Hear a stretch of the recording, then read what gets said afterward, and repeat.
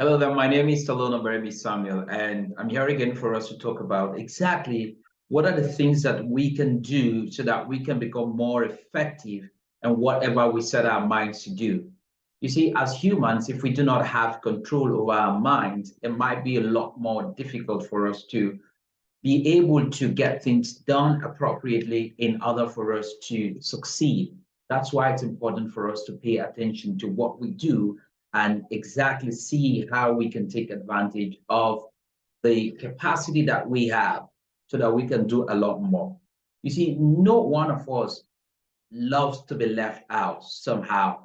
And the moment we see ourselves in a space where we are discomforted, we feel this intensity inside of us because we always want to be in a space that we can do our best.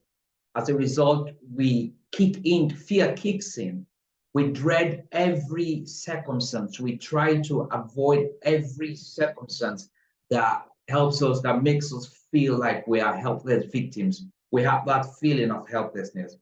Now, what we need to understand is that there is a mechanism inside of us as humans that causes these reactions.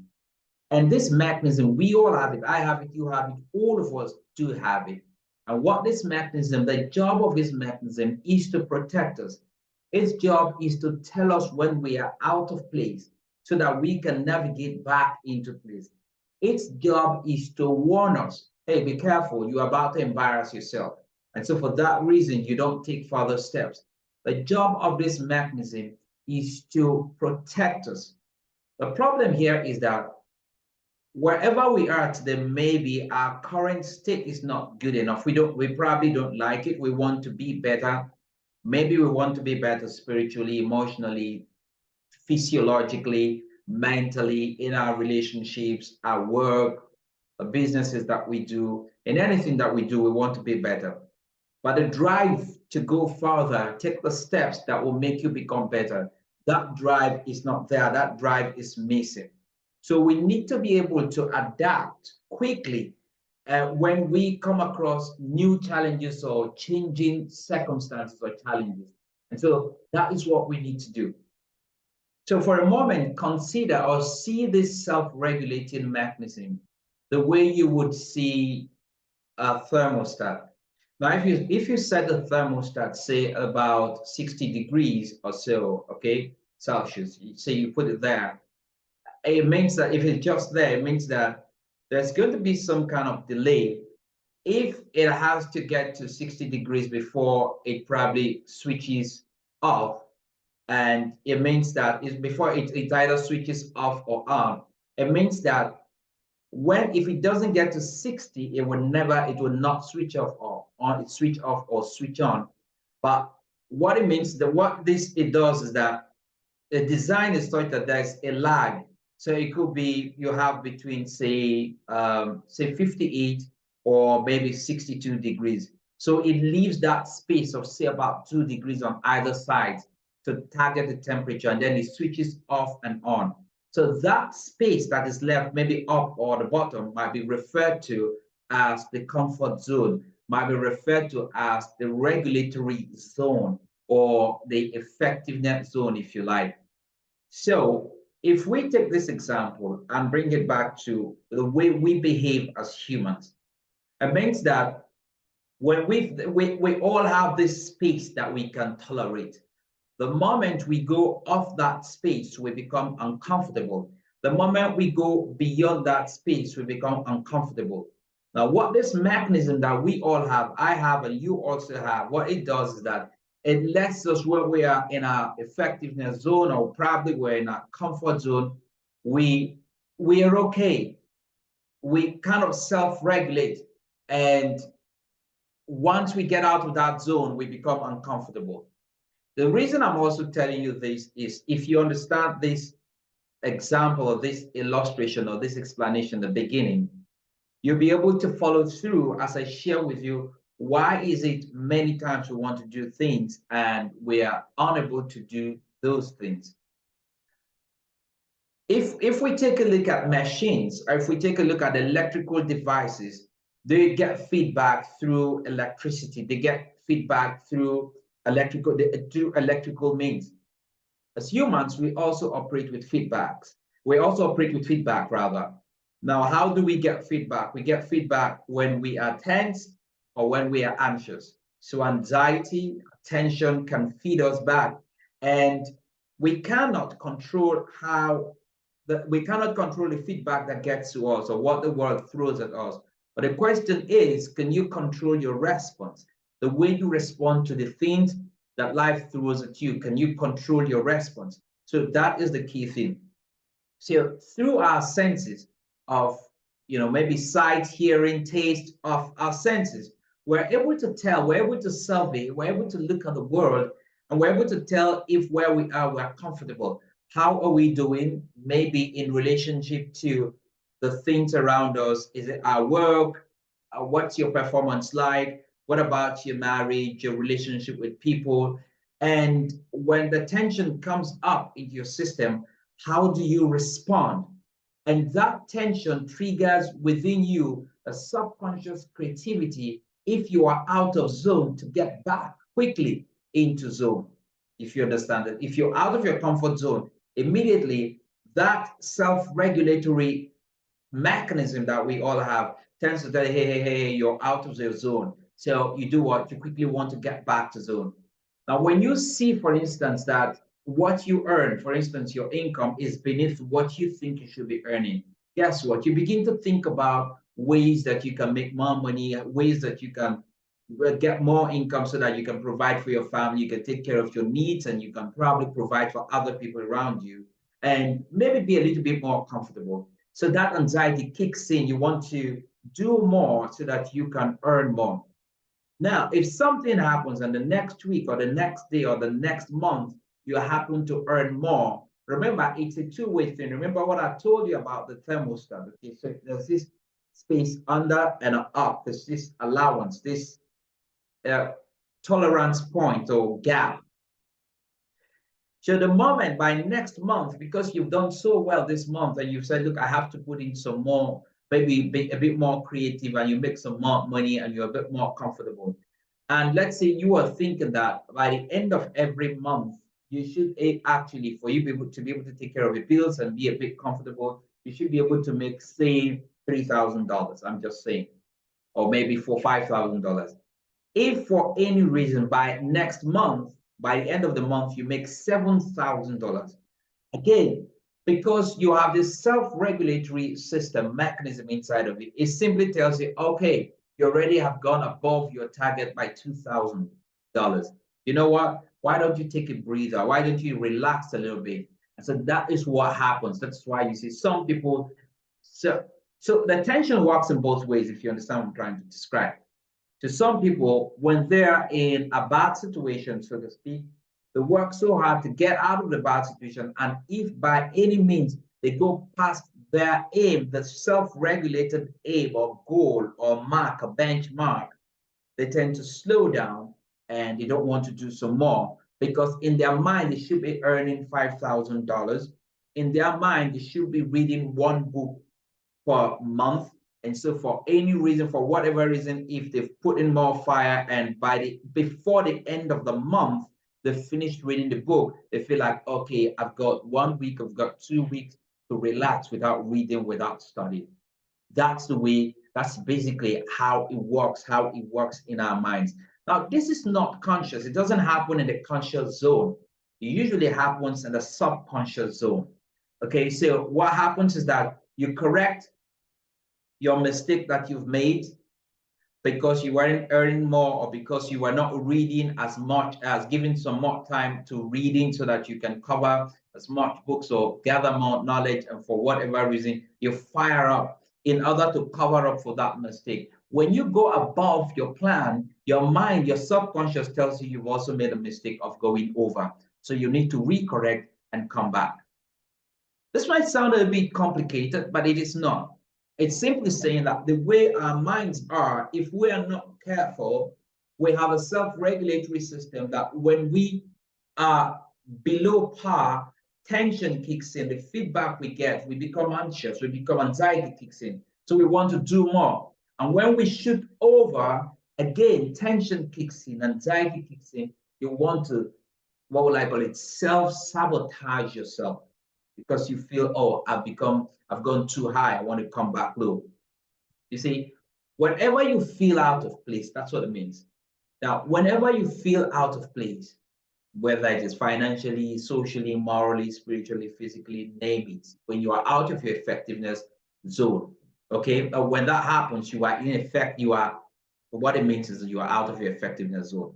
Now, when that happens, every time you feel like you're out of your effectiveness zone, your mind kicks in, it kicks in, your subconscious tells you, you are not supposed to be there.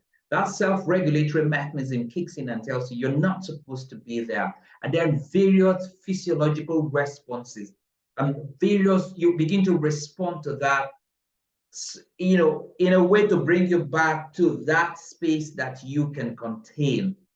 You then, when you're not in your comfort zone, you try to block every information out there. If something happens inside your brain, if something happens, your brain interprets it in a different way. You experience some form of chemical change when people are speaking to you or even giving you instructions. It really doesn't get through because you are not in your comfort zone.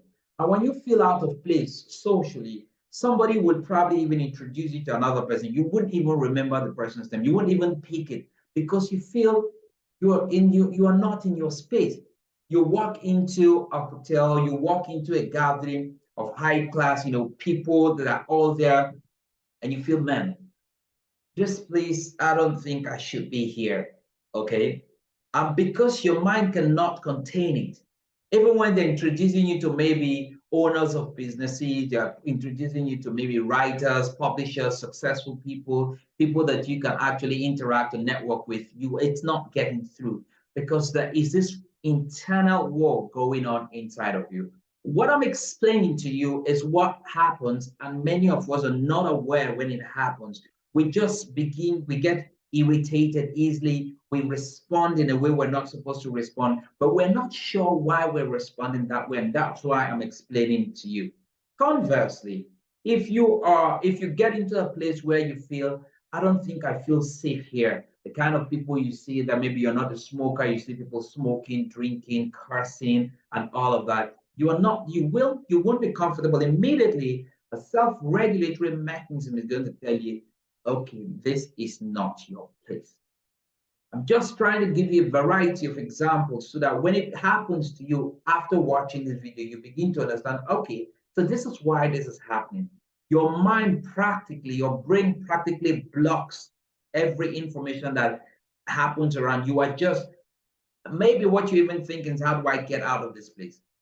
Okay, so again, what I'm trying to say in effect is that when you are out of your comfort zone or you are out of your zone where you're really effective, your brain, your subconscious detects it and blocks out every information that basically you are just uncomfortable. So it is safe to say that it is not what you know that really matters. It is what you can use from what you know when you find yourself in an uncomfortable, in a discomfortable or in an uncomfortable situation, when you are in a state of discomfort. What can you use from what you have known? That's it.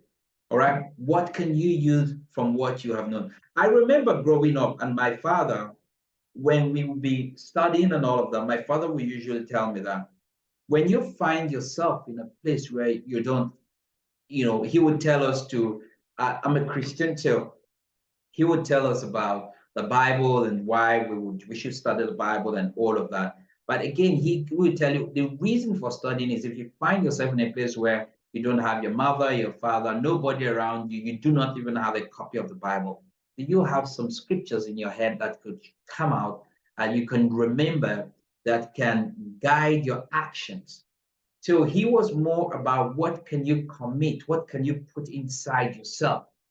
So whatever you're doing today, you need to be conscious of whatever you're doing and build yourself such that you can take a level, a measure of discomfort when it comes. Because this is what your self-regulatory system does.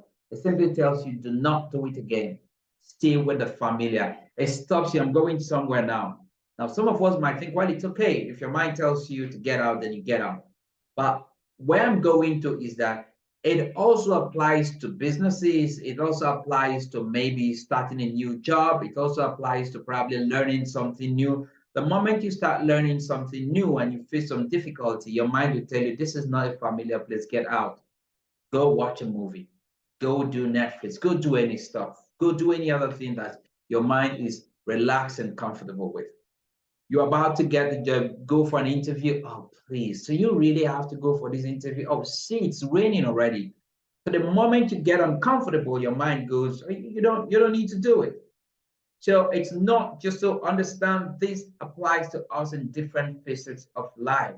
The mind will simply tell you, go back to where you belong. This is not your place. When you sometimes get a new job or you just find yourself in any place that would help you even because it is new, your mind is going to fight it. That self-regulatory system is going to fight it and try to tell you, listen, don't even try, don't even think about this, just go away. Whenever you try hard to be different, whenever you try hard to improve yourself, to become more effective, what would happen is that your self-regulatory system is going to kick in. Do you really need this? Do you really need to hit the gym? Do you really need to work out maybe 2, 3 times a week? Do you need to run? It's cold. Do you need to, it's dark. Maybe sleep some extra 1 hour. If you say, okay, so going forward, I'll give you a simple example. I want to wake up every morning by say 4 a.m. or 5 a.m. Do you really need to wake up at 5 a.m.? Come on. And then the alarm goes off, ring, ring, ring, and then you feel like, oh, let me just do another 30 minutes. That's your subconscious working, telling you, listen, spend an extra 1 hour in bed will not hurt. So if you're in a place that you are not comfortable, remember, pay attention to this. Your tone of voice will change, your body language will change. Sometimes you begin to sweat, your palm is going to sweat. A lot of things are going to happen. Pay attention to that and ask yourself, is there a war going on inside me? The muscles in your upper body will start to constrict, particularly in your shoulders. Okay, you see around that, and you begin to see yourself tightened up. You also become more accident prone. You're trying to get things done right, and you're making more mistakes. It's getting worse, and you feel like, oh, what a day! What's happening? You are not in your comfort zone. That is what is happening. And your self-regulatory system is trying to kick you back into your comfort zone. So once you get that, you know that it's a war. So whenever you want to try something new, you want to progress in life, understand it's not going to be easy. You're going to get the fight from inside of you. See, when we talk about peer pressure, when we talk about pressure against us doing something right, more often than not, we think about people pressuring us from outside. I'm telling you today that sometimes the pressure that you get from within you is even huge. So once you pay attention to this, it really becomes a lot, it becomes helpful. Okay. Now, the responses that when these things happen to you, understand you are not alone. It happens to athletes, it happens to CEOs, big business owners, pilots, name it. It happens to all of us. It happens to me too. Okay, so when it happens more often than not, I just ask myself, take a pause and ask myself, why is this happening? I remember very well, I love a scripture. I really can't remember it exactly, but where God was telling his people that the salvation will be in them remaining, in staying calm. So I remember many a times when things happen and I get agitated and anxiety kicks in, I just talk to myself, stay calm, calm. The result, the answer is in your calm. Just stay calm. Because when you're not calm, you will make mistakes, you will respond the wrong way, you will just get things worse. All right. So I hope that what I've shared with you thoughts for. I'm going to share some more with you. I hope that the plan is to make sure that we get as many persons as possible, but more effective in whatever they do in life. People really need to be helped. We all need to be encouraged and motivated and inspired. The world is a very cold place. So whenever we have the time, it's important for us to share with people. So if you think that you've gotten value thus far, I would encourage you, please like and share this video, and also subscribe to, if you're watching this on YouTube, subscribe to our channel. And the essence of me asking you to share with people that I can't reach everybody alone, but I cannot reach everybody alone. But if with your help, we'll be able to reach more people. Also, do not forget that you can also get more empowering information from our website in the description. Okay, especially if you're watching this on YouTube, our website is delonville.com. Okay, it's spelled DELLONVILLE.com. All right. Now, if you have a staff training program or a personal effect on personal effectiveness, or maybe you're having a program that you would like someone, a very down-to-earth trainer or motivational speaker, to spark and actually excite your team, to boost them to productivity, please do not hesitate to reach out and book a free consultation meeting. Now, I want to quickly talk about how we can work so that we do not allow. Okay, first of all, I want to talk about how fear can actually capitalize on your comfort zone to rob you. Very important. Because at one time or the other, every one of us gets stuck. And we either can get unstuck by ourselves, sometimes it's hard, or we need help. So fear actually causes you to stimulate negative response to whatever happens around you. You know, this you have this thing, you become, that's what it's called your creative subconscious. So when you don't want to do something, you find every reason that makes sense on a good day why you shouldn't do that, why you don't want to do that, why this won't work, why that will work. You wake up in the morning with 100 ideas as to why something will not work, and why you shouldn't go, why you shouldn't even try it, why you can't grow, or we've tried it before, why you can't invest, why you can't do that. You get all the reasons. And when you explain those reasons to people, they make sense because they come from your creative subconscious. You are just thinking inside of all of us. It's very creative. The question you need to pause and ask yourself is, are they really real reasons? Or is it because you are stuck at that present level and you just can't get out? It's what the excuse I'm giving, what the reason I'm giving, is it just an excuse or is it a real reason? Do you really not have the potential? Can't you go out? Can't you even try this? Or you are just stuck in your comfort zone? And those are self-searching questions every one of us really need to ask ourselves. Remember, these principles can be applied to every facet of our lives. We keep ourselves trapped, not letting ourselves to expand or to grow because we do not actually know exactly what to do in many cases. And we are unable to adjust our internal idea, and we are just comfortable. And this is not just for individuals alone. It also happens with organizations. Organizations can be stuck. This is how we do this. This is how we've always done it. Well, this is that. This is this. And so people in the organization do not challenge the way things are done.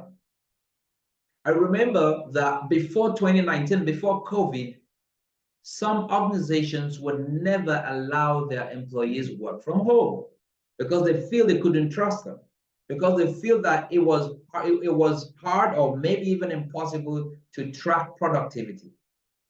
I used to work in a place where, in a research firm, where as the head of HR, the HR department at the time, people came to me. So I was also guilty.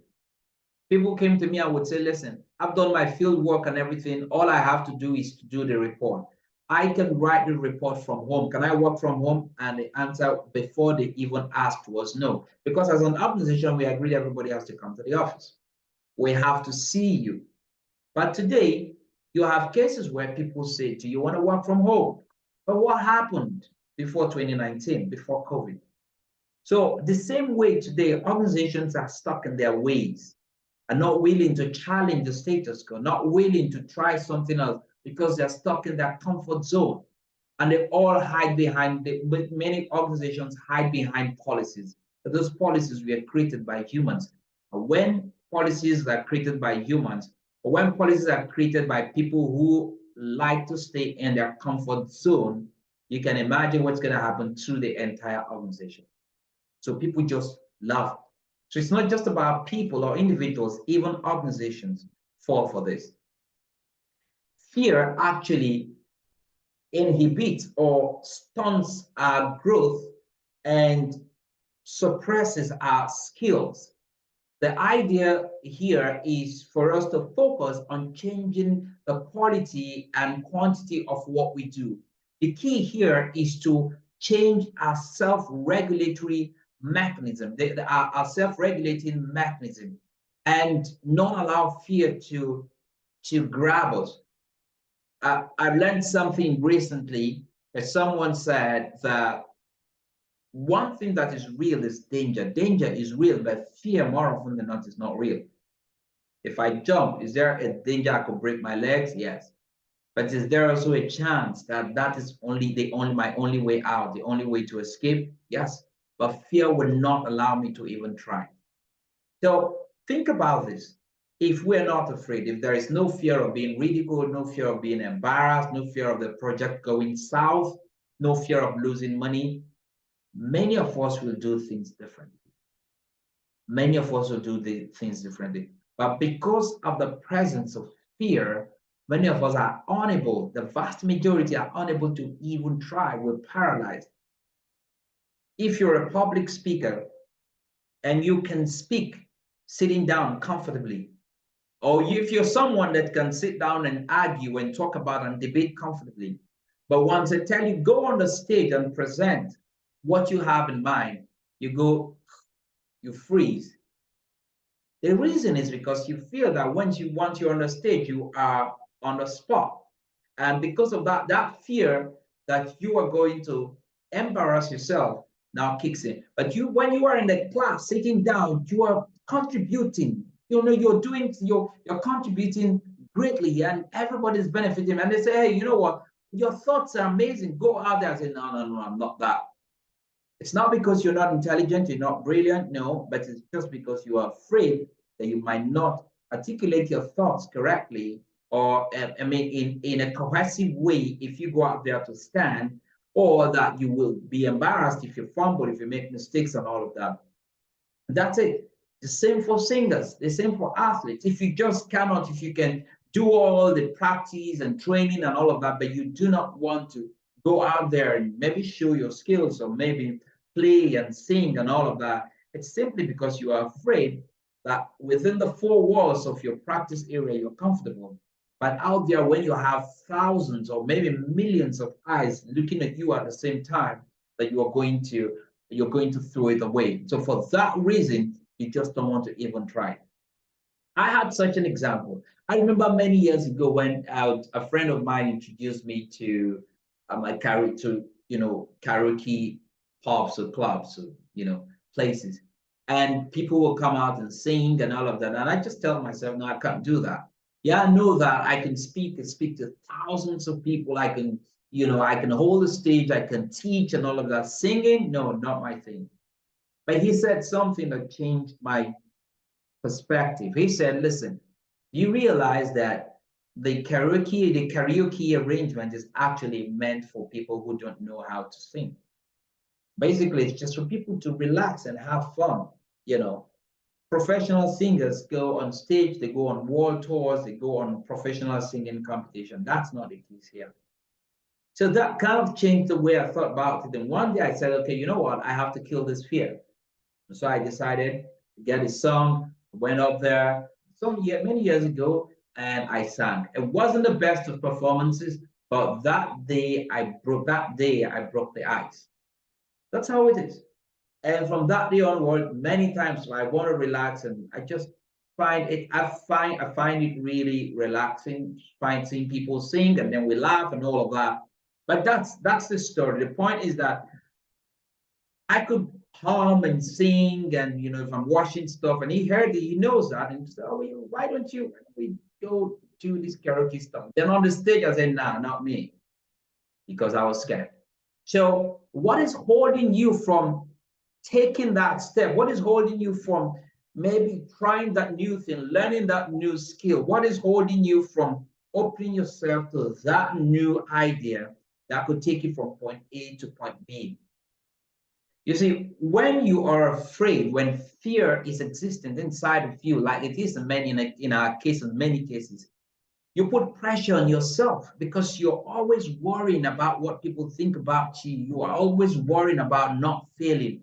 And so, because you are always worrying about not failing, fear, this whole phenomenon interferes interferes with your fluidness. It interferes with your flow, with your smoothness. So you are unable to flow within that space. You're just, oh, you know what, I don't want to go there. Okay. So if you're a professional and it's not about what you know when you are in practice, it's about when life hits you. It's like when you're put on the spot, what can you bring up? It's like what singers or rappers do, and they say maybe somebody just something happens on the road, and they just say, "Hey, just do a freestyle, just go freestyle without thinking, without planning, nothing, just go." Give you a word and say, "Okay, sing," or give you a beat and say, "Okay, sing." So many times that's where people rate you. Are you good at what you do, or you're not? So it's not that you're not intelligent or you're not brilliant, but the point is you are not prepared to face life outside your comfort zone or your comfort zone. So the key here is to ask ourselves, how can I get people around me, my family, my friends, to think effectively in an unusual, in a way that prepares them, that can help us to float even in unusual circumstances? How can I prepare myself and my family or my friends to face? How can I build the strength to be vulnerable? I like to put it that way because it takes a bit of strength, a great deal of strength actually, for you to say, okay, this is me, I'm going to try it. When something goes wrong, I'm going to learn from that. All right, if it doesn't work, give me feedback. It takes a tremendous level of strength, degree of strength to do that. So it's not about knowing, not about the skill set hearing. It's more also about your mindset. Okay, so I have the skill, but do I have the mindset to try it out? It is a process where you have to visualize yourself before it happens. If I go out there and I fumble, what am I going to do? If I go out there and then they laugh at me, if I go out there and this presentation does not strike the way I would love it to, what would I do? Because without going out there, you will not be able to familiarize yourself with those circumstances. So, visualization, first of all, helps you to familiarize yourself with such situations. Like I'd always say, everything you see, we see physically, is a manifestation of a mental blueprint. All right. It's a process. Visualization is a process of you seeing yourself producing and being better, expecting more, growing, becoming a better person, treating people in a better way, becoming a better professional.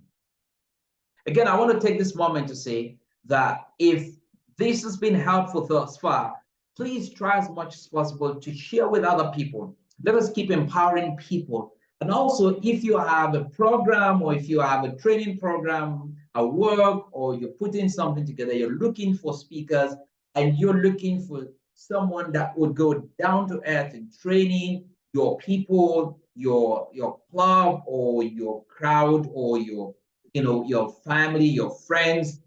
You're looking for a motivational speaker to spark and excite the people around you so that they can become more productive and more effective in whatever they do. Please do not hesitate to reach out to us and book a free consultation meeting and let's have a conversation. Okay. Now, finally, before I go off, I want to say, so we've talked about fear, we've talked about a comfort zone and all of that, but how can we self regulate? How can we make sure that we regulate our belief level, because the point is, if you believe that this is where you are, even when you have an opportunity, like I said, and somehow you go up to this point, you would self-sabotage to bring yourself down. So the point is, how can you build your inner core?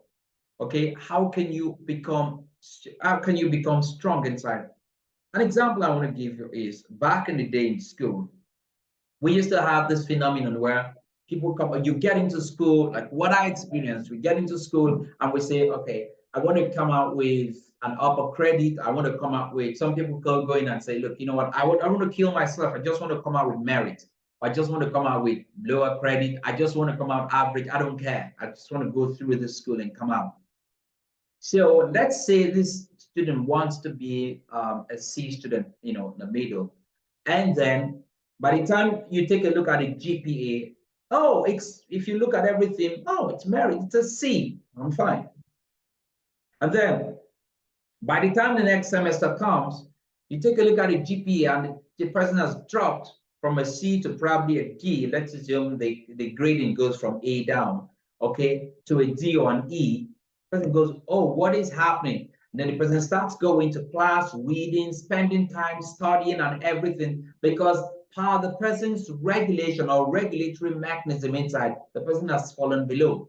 So what the person now does is to study hard and read very well, prepare for the exams, forthcoming exams. And the next, by the next semester, the person has gone from E to boom, A. So the person then calculates, okay, I've got A's here, I had C's, and I had E's here. By the time you put that together, I'm just about a B. Okay, so B, I'm good. But what happens? Because of the self-regulatory phenomenon or self-regulating phenomenon that happens inside of us, the student relaxes. Okay, so I'm a B now. I'm like B top, so I'm okay. I don't really need to put some more energy. And so the person begins to drop. The question is, if you have the capacity to go from an E straight to an A, why don't you put the same energy across board from day one, starting the scope of starting the course to finishing? Why not put that? It's because the belief system in that student is, I'm not an A material. I'm okay with a C. That's so every time the body, the system, the entire system, your subconscious tells you, okay, well, slow down. You're going too fast. You're now hitting the A level. Come down until you calm down. And then if something happens and you go below, your self-regulating system also comes back and tells you, hey, slow down. You're going too, no. You need to you need to buckle up because you're going too slow. You've got the capacity to operate at an A level. Why are you operating at a C level? Do you understand what I'm trying to say? So it's the same thing even for time. I'd say that to my daughter every time. So listen, even as a family, we need to keep working on ensuring that we keep to time. Because you find that sometimes we're supposed to go for a function or for a meeting by, say, 11 a.m. And by 10:50, that's when we're saying, oh, wait, so where are the car keys? Where it's this, where it's that? We're doing all that stuff. And then sometimes we go late. So something happens, and maybe on this particular day, we go by 9 o'clock, we're set. We're set and we're supposed to leave. We then begin to dilly-dally. Oh, can I just take a cup of coffee? Oh, let me just check my phone. Or we've got 1 hour. We've got 1 hour, 30 minutes. The distance is not far. It's not much. We can just, and I guarantee you, many times from that 9 o'clock, we still go late. We still arrive at the venue late. So it's a self-regulatory, regulating thing that is in all of us. So the idea here is to work on our inner system, our inner belief system. When you have in mind that an idea subconsciously, when you have this idea subconsciously that this is the time you're supposed to get there, you are going to attend an interview, a job interview, and you just tell yourself, I don't want to go there and wait. I want to get there 10 minutes or 5 minutes before time and get there and sit and then see them and go away. What stops you from getting there an hour before? Something happens along the line and threatens your 10 minutes, that's it. So we must change the way we think. That's the key. We must work on our belief system and raise the level upwards. It is some people have an idea of how indebted they want to be. So if they are not carrying that level of debt, they're not satisfied. So even when they wipe off the debt, they look for a way, buy things that they don't need, they want to get indebted. This, what I'm sharing with you, is very powerful if you do not pay attention. And that's why people remain in the same space over and over for a very long period of time. They're unable to get out because there is a regulating system inside of them and they're subconscious and they're comfortable in that space and they don't want to take that thing. It might be an investment, it might be getting a skill, it might just be learning a way of controlling yourself. It might be a bad marriage, I mean, a troublesome marriage that you're in, your family is not stable. Sometimes it's just about you working on your personality, but it is usually uncomfortable and painful, and people are not ready to go through that. They just can't. So nothing will happen except you change your image. Except you change your image, nothing is going to happen. You will always self-correct, come back, because that's a space you feel, oh, that's it. So even when people tell you this is possible, please leave it, it's not possible. Don't worry, I don't even want to try it. That's basically what happens in many cases. So I hope I have really spoken enough and you get the point. We all have ideas of what is good enough and what is normal, and we just want to stay there. What we need to do is create a new normal, create a better normal, create something higher with no pressure and no stress.